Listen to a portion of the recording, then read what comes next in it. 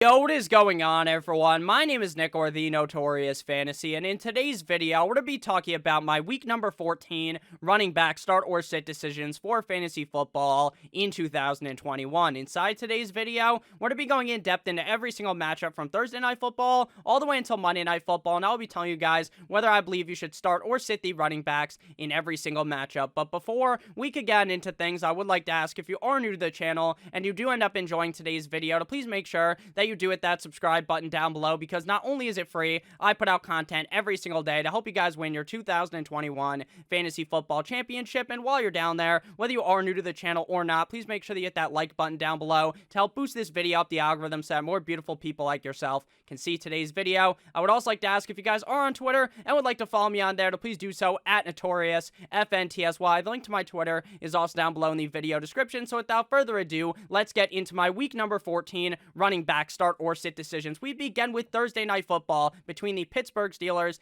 at the Minnesota Vikings, and I love both of the running backs in this matchup. We are likely not going to be seeing Dalvin Cook return in this game. I do believe that Dalvin Cook should be back relatively soon, though. I think if this game was on Sunday instead of Thursday Night Football, that we might have seen Dalvin Cook return this week, but I think it is very likely that we see Dalvin Cook return next week. But hey, we're looking at this week. We're looking at week number 14, and up against the Pittsburgh Steelers, I love Alexander Mattison. The Minnesota Vikings do the perfect thing for Alexander Mattison, because it's basically like they give all of Dalvin Cook's workload to Alexander Mattison. Now, is Alexander Mattison as good as Dalvin Cook? Of course not. Would the Minnesota Vikings prefer to have Dalvin Cook back? Of course they would. But at the end of the day, in terms of fantasy football, for the Minnesota Vikings, Alexander Mattison is just going to be seeing so much volume in this matchup up against the Pittsburgh Steelers. This is obviously a huge bounce back spot for the Minnesota Vikings. They just lost to the worst fucking team in the NFL. They just lost on basically a buzzer beater to the Detroit Lions. So you better believe that Mr. You Like That, Kirk Cousins and friends in Minnesota, even without Adam Thielen, even without Dalvin Cook, they are going to look to try to win this game. Obviously, every team looks to win every single game in the NFL. But I'm just saying that I think they are going to be trying to bounce back here, bounce back in a big way up against the Pittsburgh Steelers, who are coming off a nice win up against the Baltimore Ravens. I like Alexander Mattison here to potentially be a top 5 running back. He played so well up against the Detroit Lions last week, and I think just as I did last week, where I thought that it was possible for Mattison to be the running back number 1 at the end of the week, I think that's possible again here up against the Pittsburgh Steelers. For the Steelers, you're obviously going to be starting Najee Harris. He is the clear workhorse back on this team. Now, I mentioned before that they beat the Baltimore Ravens. Did they really beat the Baltimore Ravens, or did the Ravens beat themselves? Because they, instead of, getting the automatic overtime, it's not like Justin Tucker is going to miss that field goal, or the extra point, I should say. If it was in the win that we saw last night up against the Buffalo Bills with 7,000 mile an hour wind, I would expect that from 70 yards out that Justin Tucker could hit a field goal. So you better believe he was going to hit the extra point. So, the Steelers lucked out there. They went for 2, and then obviously they didn't end up getting that, so the Steelers win the game. And Big Ben actually looked a lot better down the stretch. The Steelers team did look a little bit better in the second half, and I expect Najee Harris to have a big game here. Najee Harris is pretty much immune to the bullshit of Big Ben. When Big Ben has a bad game, typically Najee Harris is still able to play solid out there. So I like Najee Harris this week up against the Vikings, even if Big Ben does come back down to earth. And his coming back down to earth is basically a bottom of the barrel quarterback in the NFL, because he has been pretty shit at points this season. Next up, we move to the Sunday slate, beginning with an NFC's battle of the Dallas Cowboys at the Washington Football Team. In this game, I basically like all the running backs. Antonio Gibson without J.D. McKissic is so fucking good. When they finally commit to giving the ball to Antonio Gibson, it is almost as if what he's doing right now, he should have been doing all season. Everyone drafted Antonio Gibson at the end of the first round or inside of the second round of your fantasy draft to be what he is right now. And I feel bad, because this may be a scenario where it's a little too late for a lot of fantasy managers, as Antonio Gibson finally starts to roll at the end of the season, when they obviously would have preferred him to come out the gate looking hot so that they could have made the playoffs. But if you made it this far with Antonio Gibson, you are reaping the benefits. I love him this week up against the Dallas Cowboys. J.D. McKissic is concussed. Will he be able to come back this week? Potentially. But I think even if he is back, they're just going to continue. Riverboat Ron is going to continue to run the ball aggressively with Antonio Antonio Gibson, so I love him this week and wouldn't be surprised if he was a top 5 running back on the week. It's definitely safe to rank him inside of the top 12. For the Dallas Cowboys, last week up against the New Orleans Saints, they're talking about right after that game up against the Raiders on Thanksgiving that they're going to ice Ezekiel Elliott, meaning they are going to go ahead and bench Ezekiel Elliott, let him sit for a couple of games, and then have him nice and spry for the playoff push. And then a couple of days before the game, it comes out that Jerry Jones says it's going to be the normal workload. It's going to be a heavy load for Ezekiel Elliott. Well, No Nut November did just end, so it is entirely possible that Ezekiel Elliott was going to have a heavy load, but then they don't really use Ezekiel Elliott all that much. And when they do, he wasn't all that successful. He didn't look the same. And then they give the ball to Tony Pollard, and this man just looks amazing. He's running super fast. He's super quick out the jump, and he did really good in that game. So now we got Tony Pollard and we got Ezekiel Elliott. I'm going to tell you to start Ezekiel Elliott because it is entirely possible that he is much more healthy this week when compared to last week up against the New Orleans Saints, and thus they're going to be giving him more carries, and thus you should be more comfortable starting Ezekiel Elliott. While at the exact same time, based upon what I saw last week and the week before up against the Las Vegas Raiders, I'm very nervous about Ezekiel Elliott. Will I rank him inside the top 12? Of fucking course not in this matchup, though this is a very good matchup up against a not-so-hot Washington football team defense. So I'm kind of in a conundrum, and I think you are as well if you have either Ezekiel Elliott or Tony Pollard, but I think that even if Ezekiel Elliott is back and is fully healthy, that even then, that Tony Pollard is going to be seeing an increased workload, so I like Tony Pollard as well as Zeke in this game. I'm just not very comfortable starting Ezekiel Elliott. Let me know down below in the comment section what you guys think about this situation. Next game here, we got the Jacksonville Jaguars at the Les Titans. In this game, I'm going to tell you to start all of these running backs, but let me tell you, I am nervous about all 3 of the running backs in this game because of the fact that Urban Meyer for the Jacksonville Jaguars side, then we're obviously going to pivot and explain why I'm nervous about the Tennessee Titans running backs, but Urban Meyer is such a fucking idiot. This dude has shit for brains. I am telling you, this guy's dumb. At the beginning of the game, James Robinson makes a false move, or a faulty move. He makes a bad move. He fumbles the football. And while maybe you punish him, right? You sit him for a couple of plays, then you throw him back in. But instead, this motherfucker is sitting down on the bench. The bench has been warmed effectively by James Robinson's ass because he's just chilling there. And then Carlos Hyde tries to come off the field. James Robinson said this. Carlos Hyde tries to come off the field, and then as Carlos Hyde's coming off the field, he wants to catch a breather. James Robinson goes to go back in the game, and they say, Dikembe, no, not today. And they make James Robinson go sit back down. They say, hey, Carlos, sorry that you're tired, pal. You're going to keep running the football. And it just makes no sense. Why are you punishing your best fucking player on offense by benching him? And I'm sorry if I sound angry. I really am, but it pisses me off as someone who watches a lot of the Jacksonville Jaguars because I like watching James Robinson. I think he's a really good running back, but the problem here and why I am so nervous about James Robinson is because if this fucker fumbles again, then he's going to be sent back in the doghouse like Brandon Ayuk at the beginning of the season for the 49ers, and it sucks because up against the Tennessee Titans, it's not like this is a free square game where James Robinson's going to rush for 120 yards, rush for multiple touchdowns, have an amazing day. Of course, this is not a free square game. It's never a free square game because the Jacksonville Jaguars offense is so fucking inept. But at the end of the day, I think that James Robinson will be able to get it done. I'm just worried that he's going to get benched. In terms of the Tennessee Titans right here, we have 2 running backs in Dontrell Hilliard and Deontay Foreman, who I believe are going to be in a perfect 50-50 split. And that may be good, but it also may be very bad because say that I think there's going to be a 50-50 split and then Hilliard ends up being 70-30 over Foreman, or maybe it's the flip of that and we see Foreman 70-30 in times of snap share over Dontrell Hilliard, and then you're basically just screwed. This matchup is amazing. This is a cupcake matchup, so I'm willing to play both of these running backs, but let me tell you, I'm not very confident about it.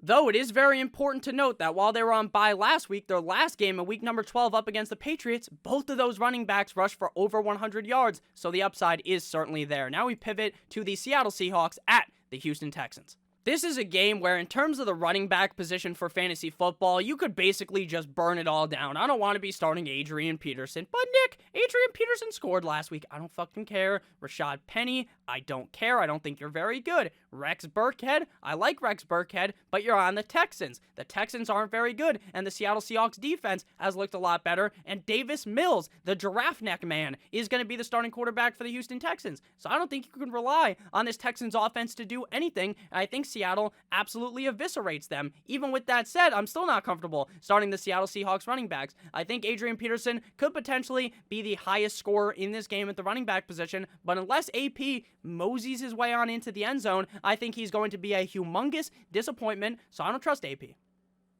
Again, I don't think Rashad Penny's very good. Rex Burkhead, I think he's a talented player, but this is the wrong situation. David Johnson has like 3 yards per carry this season. That's not very good at all. And with Rex Burkhead seeing more work, I just don't trust David Johnson either. But before we could pivot on to the next game, I would like to ask if you have ended up enjoying thus far, to please make sure to hit that like button down below, as well as hitting that subscribe button. I would appreciate it immensely. Thank you guys so much. So now we pivot to the next game here, the Las Vegas, turn your volume down, Raiders up against the Kansas City Chiefs in Kansas City. In this game, I like both of the running backs. Kenyon Drake got hurt last week, so it's going to be the Josh Jacobs show yet again. Josh Jacobs is one of these running backs that is the most least exciting in terms of fantasy football, because you know what he's going to be every week. This guy's never really going to be a top 10, a top 5 running back this season, but what he's not going to do is completely fuck you over. He's never going to take you to go look at some rabbits like your Lenny in Of Mice of Men and shoot you in the back of the head, but he's also not going to go ahead and win you a game. He's just a safe running back, so you play him every week. That is why there is zero excitement. There is zero pizzazz behind the name of Josh Jacobs, but you got to play him. For Clyde Edwards-Helaire, we did see Darrell Williams get a decent amount of workload up against the Denver Broncos, but I do still believe that Clyde Edwards-Helaire is still the clear lead running back on this team, and he did look pretty solid in that matchup up against the Broncos when given the opportunity. I think this could really be a toe-to-toe, back-and-forth, high-scoring game, which certainly isn't as ideal for Josh Jacobs, as he's not some type of receiving beast, but that would help out Clyde Edwards-Helaire, as I feel as though he's going to be seeing a decent amount of looks in the receiving game this week, but I do still like Josh Jacobs. Peyton Barber is going to be filling in for Mr. Kenyon Drake. Unless Josh Jacobs was hurt, I don't want to be playing Peyton Barber. And Darrell Williams, I think a lot of people are going to try to get a little bit cute this week and play him based upon his performance. I think when Clyde Edwards-Helaire is healthy, that you don't really want to be starting Darrell Williams. Maybe he'll prove me wrong, and going forward, you can start both of them, but right now, I don't really want to be doing that. Next up, we move to the New Orleans Saints at the Jumbo Jets. It is assumed right now that this is going to be the return game of Alvin Kamara. Hallelujah in terms of the fantasy gods. Thank you. Thank you so much that Alvin Kamara is back, because I am sure that fantasy managers are tired of playing fucking Tony Snell, tired of playing Mark Ingram. They want Alvin Kamara back, and this is the perfect matchup. This is the wet dream matchup. We just saw Gardner Minshew take the Jets defense to pound fucking town, and I believe that Alvin Kamara is going to do the exact same thing in this matchup, but I am still a little bit worried. Because last week up against the Cowboys, we saw what Taysom Hill is. Taysom Hill is playing through mallet finger, the thing that is still impacting Russell Wilson post-surgery. Now, it doesn't take all 9 or all 10 fingers to go ahead and beat the Jets, right? Maybe just 9 fingers is good enough to beat the Jets, but it does worry me, because if they're not able to move the ball up against most teams, probably not in this matchup, right? No need to really worry in this matchup, but if they're not able to move the balls effectively, that's going to hurt Kamara. Another thing that hurts Kamara is the fact that Taysom Hill would rather tap on his own fucking chest like he's in Wolf of Wall Street. If you guys know what I'm talking about from that scene, it's a wazzy, it's a fucking woozy, pixie dust, fairy dust, whatever Matthew McConaughey says in that scene. You guys probably know what I'm talking about. So we got Alvin Kamara here, and like I'm saying, Taysom Hill he'd rather tap his chest.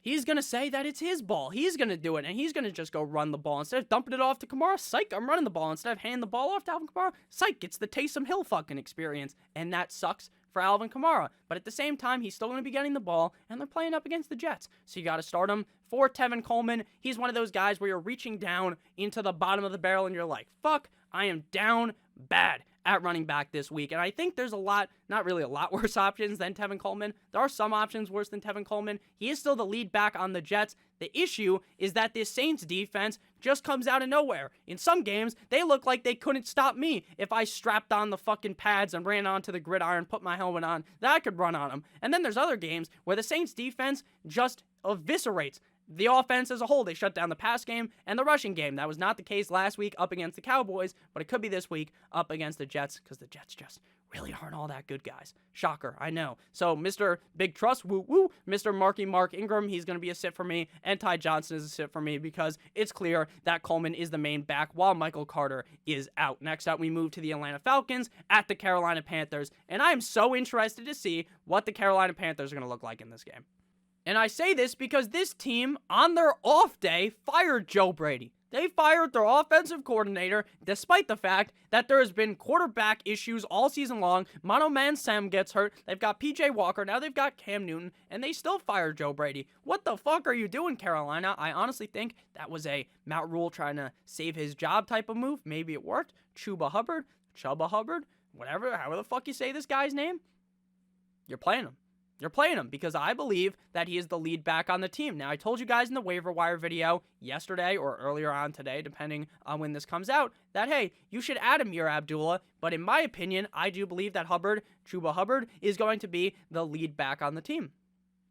But I do understand that the last game they played, they had a bye last week when Joe Brady gets fired. The week before that, up against the Dolphins, while they got absolutely smashed in by the Dolphins, we saw Amir Abdullah running the most receiving routes at the running back position. So I think that Amir Abdullah might be able to have a nice stranglehold over the receiving game there, but I do think that Chubba Hubbard is going to be the lead rusher on this team, so I like him up against a not-so-hot Falcons defense. For the Falcons, I understand that Cordero Patterson did end up disappointing last week, didn't play all that well, but if I'm being honest with you, you can't just fade away from Cordero Patterson. This guy's just so good. He is so good, and for no fucking reason, right? This guy has been in the league for a decade, for 10 plus years. He's been in the NFL, or maybe not 10 plus years, but I'm pretty sure this man got in the NFL when I was in middle school. And he did. Now, I'm not trying to make fun of Cordero Patterson. Anyone who makes the NFL, obviously, you should be proud of that, right? That's a crazy accomplishment. But what I'm saying here is that he didn't do much. And then magically out of nowhere, despite this Falcons team sunken complete and utter fucking donkey cock, Cordero Patterson has still been great. It's crazy. He is just inevitable, like that Thanos scene in the Avengers. I like Cordero Patterson here. Up against the Panthers, Mike Davis, congratulations on your Walter Payton Man of the Year nomination. I wish I got points for that in my fantasy league, but I don't. So Mike Davis, he's a sit for me, and Amir Abdullah will be a sit for me as well. Maybe we could see a lot of Amir Abdullah here, but I do personally believe it will be Chubba Hubbard carrying a majority of the load. Next up, we move to the Baltimore Ravens at the Cleveland Browns, and here, I basically just like all the running backs. We have seen this game recently, and if I'm being honest with you, this game does kind of reek of a shit show on either Monday Night Football or Sunday Night Football. I don't think it was not last week, it was the week before, but man, oh man, was that game bad. Nick Chubb, Kareem Hunt, when they're both healthy, you play both of them, you assume that Nick Chubb is going to be seeing a majority of the carries, but then Kareem Hunt is going to go in there, get a couple of targets, have a solid game as well. I hope that this is a more high-scoring game so that Chubb and Hunt could have a much better going out this time, whereas last time they didn't play all that great. For the Baltimore Ravens, Devontae Freeman continues to be the lead back on the team, so I'm going to continue to tell you guys to start him, because it is very lucrative to have the lead back on a team that runs the ball the amount that the Baltimore Ravens do. They just run the ball at a very high clip, so I expect that the Baltimore Ravens running back in Devontae Freeman is going to be productive in this game, and Latavius Murray, he's not the lead back, so he's going to go ahead and ride the pine on my fantasy team. Next up, we move to a game between the New York Football Giants at the LA Chargers. Now, the Chargers defense is known for getting gashed, getting fucking stabbed up O.J. Simpson style by the defense, or by the offense's rushing attack, right? The Chargers defense sucks against the run. Last week, everyone and their mother banging the fucking drum, including me, for Joe Mixon. I'm so excited. Hoorah! Joe Mixon's gonna have this big game, and Joe Mixon taking a nap. He got hurt, obviously, right? He was banged up, and I guess that might have sounded rude, but I meant that, like, even when he was healthy, he didn't really do all that much. But hey, I expect a bounce back for Joe Mixon this week. We're gonna talk about that a little bit later. But here, the Giants with Jake Fromm, State Farm, Jake Fromm being the starting quarterback here up against the Chargers. I just don't know how you can play any Giants players besides Saquon Barkley. I hope that the Giants try to give Saquon Barkley the ball more. We saw last week up against the Dolphins, they did try to give him the ball, but it didn't really work. But then there's always the chance that Saquon just busts off a 40-yard run. So you got to continue to start Saquon Barkley, but I think next year a lot of people are not going to be wanting to take this man inside the first round, and I wouldn't be surprised if his ADP was in the second round next season, but you're going to continue to play him. For the LA Chargers last week, they were beating down on the Cincinnati Bengals. This was an absolute destruction of a game. The Chargers pulverized the Bengals, and yet you would think that, hey, they're up by so many points. Austin Eckler did great, right, Nick? Right? Austin Eckler had an amazing day? And no, he didn't, but he didn't shit the bed. He was just about all right. Not as exciting as you would have thought he would have been, though, if you looked at the scoreboard and said, oh, wow, the Chargers scored this many points. I bet you Eckler did really good, because in most games, Eckler absolutely tears it up.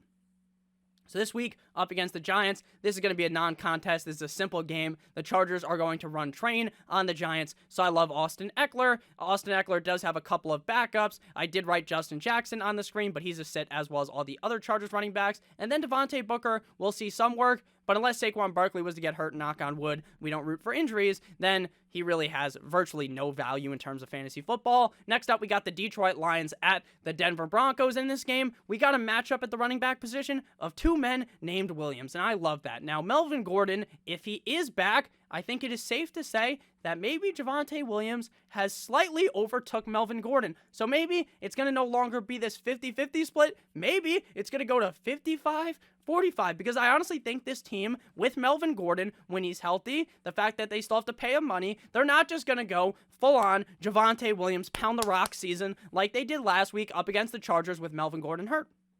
And I believe that maybe they don't want to go ahead and put too much tread on the tires. You know, they don't want to go ahead and run Javonte Williams too much in his rookie year when they say, hey, you know what, next year when Melvin Gordon's gone, we're going to go balls to the wall, running the rock with Javonte Williams. But right now, maybe backpedal a little bit and let Melvin Gordon touch the ball. If Melvin Gordon does play, I would be fine playing Melvin Gordon. I'm being honest, I would. The Lions defense just sucks ass. I would expect Melvin Gordon to have a solid game if he plays, but my expectation right now, it doesn't really appear that he is going to play.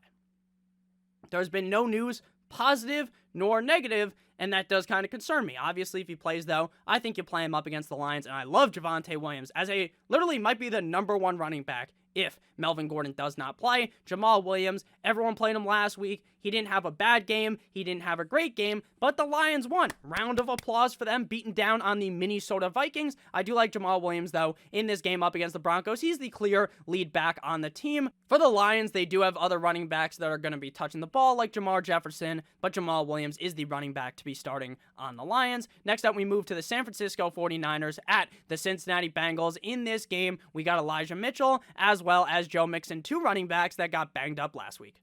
They are both questionable this week. I have not seen anything that would make me nervous about them missing. Again, something to monitor on the week, because if Elijah Mitchell doesn't play, then obviously you don't want to play him, and maybe that does add in a whole lot of value for Jeff Wilson Jr., as I believe he would step in as the lead back in that scenario. For the Bengals, Joe Mixon is the guy. Again, if he doesn't end up playing, if we continue to see these reports mount up like a fucking, I don't even know, like a skyscraper, all the reports mounting up on my metaphorical desk of injuries, then maybe, well, I'm sitting at a real desk, but you got what I'm saying. I'm not fucking printing out the injury reports, right? I just read them on my screen. This isn't the 1950s. We have computers, okay? So I'm going to just obviously look at it on the computer. So Joe Mixon, if healthy, you got to play him. Same thing goes with Elijah Mitchell. Elijah Mitchell has been on a tear as of recently, and I think in this matchup, he could easily tear it up against the Bengals. But Nick, Eckler didn't look all that great last week. I understand, but I still do think that Mitchell will be able to have a good game with how much the 49ers like to run the football. For Joe Mixon, again, down week last week, but he did end up getting banged up. If healthy, he's a must-start candidate. The guy was on fire prior to last week, just scoring touchdowns left and right, and I do expect him to be able to score in this game if he is given the opportunity to start. Jeff Wilson, going to be a sit for me. It does appear that Elijah Mitchell is the lead back when healthy, but again, got to monitor these guys' health, because if Mitchell does not end up playing, then I will be very interested in starting Jeff Wilson. And we'll talk about that later in the week in the running back rankings. Samaje Perine, same thing. If Mixon misses, that I would be a little bit more interested in Samaje Perine. Next up, we move to a matchup between the Buffalo Bills at the Tampa Bay Buccaneers. In this game, we got Uncle Lenny as the only guy to start. Uncle Leonard Fournette. This motherfucker just has a nose for the end zone. He loves moseying his way on into the end zone, and I believe he can do it up against the Bills. The Bills just got absolutely skull-fucked by their schedule. They just had to play Tom Brady's clone, Mac Jones, Tom Brady Jr. And then the next week, they got to play the fucking real man himself. They got to play Tom Brady. This is a terrible matchup for the Buffalo Bills. Leonard Fournette is going to run train. But Nick, if you actually look at it last week, even in that game with all of the wind, if you actually look at it, besides that one big burst run, the Buffalo Bills defense was really good up against the run. Sure. I don't know how they didn't stop the run, though, if I'm being honest with you. You knew what was going to happen. Mac Jones threw the ball 3 fucking times. Just run defend every time. Obviously, it's not as easy as Madden, where that's all you would do, right? It'd be so easy. But, you know, the Bills' defense wasn't that shit against the run, but even the best defenses up against the run can't seem to stop Uncle Lenny. As of recently, for the Bills, they bring back Zach Moss, and now it's a threesome at the running back position, and now there is no way to dictate who to start. I mean, if it was a gun-to-the-head scenario, I would tell you, Singletary, and then I'd try to, not get shot, but let me tell you, I really have no idea. And I don't think you want to be starting any of them up against that Bucs run defense. So Singletary, Burita, Zach Moss, all best left on your bench. And then Mr. Ronald Jones, I would also like to be sitting him because Uncle Lenny, Leonard Fournette, is the guy. Now we move to Sunday night football. And if I'm being honest with you, you didn't wait all day for Sunday night because we got the Packers versus the Bears, a game that is going to be, as I would describe, as a shit kicking. Now, David Montgomery looked good last week. Awesome to see. Disappoints up against the Lions, has a solid game last week, and that's all fine and dandy. This week up against the Packers, I think he'll get a solid workload, so I think he'll be just fine, but not a guy that I'm overwhelmingly excited about up against this Packers defense, because as you guys know, Aaron Rodgers, he owns the Chicago Bears. For the Packers, I'm not some type of fucking Packers fan. It was just so funny when Aaron Rodgers scores a touchdown, he's like, I own you! I don't know why I found that so funny. I just thought it was. And then for the Packers, they have the bye last week, so that's great. I say that's great because Aaron Jones probably wasn't 100% healthy when he came back, but now they had the bye, and they're going this week up against the Bears. I think Aaron Jones is back up as a top 12 running back, but I do still think that A.J. Dillon's going to be seeing enough work, and this is going to be a blowout. This is going to be, like I said, a shit kicking, a clowning, a shit pumping, whatever you want to call, where like a rout, whatever you want to call, where one team just relentlessly beats on the other team. That's what this is going to be up against the Bears. So I like both of the Green Bay Packers running backs, the cheesehead running backs, and then I like David Montgomery as well. And to close out today's video, we've got Monday Night Football between the LA Rams at the Arizona Cardinals. And this is a case where you actually waited all day to watch a game. The Rams at the Cardinals, a rematch from earlier on in the season when the Rams were on top of the world. They were looking amazing. They were looking like, holy shit, the Rams are going to win the Super Bowl. And then the Arizona Cardinals slapped them up one time. They hit him with the front hand and the backhand, Key and Peele style. But the Rams look good up against the Jaguars. Will they be able to continue this momentum forward like they did late in the game up against the Jags to, beat up on the Cardinals? Or are the Cardinals going to win yet again? There's a very interesting narrative. Now, last week, Darrell Henderson is active, but guess what? Darrell Henderson barely even graced the field. I don't even know if he graced the field at all because it was Sony Michel season, but I don't know why they activated Henderson because that made me very confused on what to do. I ultimately played Sony Michel in all leagues I had him and in all of my DFS lineups. And if you guys want some advice on things like that during the games, should you start Henderson or Michel? I tweet a lot of those things out during the game, so follow me on Twitter. If you have a Twitter, @NotoriousFNTSY, because I'm not just randomly going to make a 1-minute video during the NFL games, because no one will probably end up watching that. So for the Cardinals, it does appear that Chase Edmonds could be back this week. Could be back. If he's back, I don't really want to play him, and I'm still very comfortable playing James Conner even if he is back because I think the touchdown equity there is just so strong, so I'm going to be playing him, but I'm definitely bumping him down a peg if Chase Edmonds is back. And then for the Rams, I don't really think I explained it well enough. So last week, Sony Michel was the guy that was kind of the reports that were coming out that Henderson's going to play, but Michel's going to be the guy. So I didn't play Henderson, I played Michel. This week, I think, as he gets more healthy, I think you should be good to go with him up against the Cardinals on Monday Night Football. So that leaves Sony on the bench. And then with Chase Edmonds, again, I'm not too sure if he's going to play or not. If he does play, I'd probably tell you to start him, but I wouldn't be ultra confident in it. I definitely prefer that he sits, though, for the value of James Conner. So thank you guys all so much for watching today's video. If you did end up enjoying, please make sure to hit that subscribe button as well as that like button. I would appreciate it a ton. I love you guys all so much. I hope you have a great rest of your guys' day. And as always, goodbye.